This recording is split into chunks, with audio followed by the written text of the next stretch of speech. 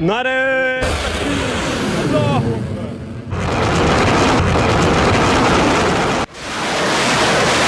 ইতোমধ্যেই পরমাণু শক্তি অর্জন করায় পাকিস্তানকে একদমই সহ্য করতে পারে না ট্রাম্প ও নেতানিয়াহুর বাহিনী। এমনকি ইরানও নাকি গোপনে পারমাণবিক শক্তি বাড়াচ্ছে সেটি ধারণা করে দুশ্চিন্তায় রয়েছে শত্রু দেশগুলো। তাই ইরানের পারমাণবিক কেন্দ্রগুলো বরাবরই মাথা ব্যথার কারণ ট্রাম্প নেতানিয়াহু বাহিনীর।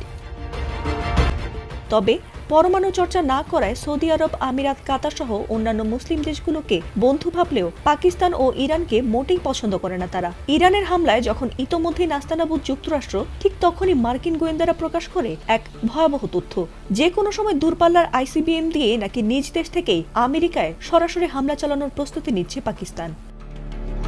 আর সেই উত্তেজনার আগুনে ঘি ঢেলে এবার পাকিস্তানে যদি কোনো কারণে যুক্তরাষ্ট্র হামলা করে তবে সরাসরি ভারতে আক্রমণ করে দিল্লি, মুম্বাই গুড়িয়ে দেবে বলে বিস্ফোরক মন্তব্য করেছেন ভারতে নিযুক্ত পাকিস্তানের সাবেক হাইকমিশনার আব্দুল বাসিত।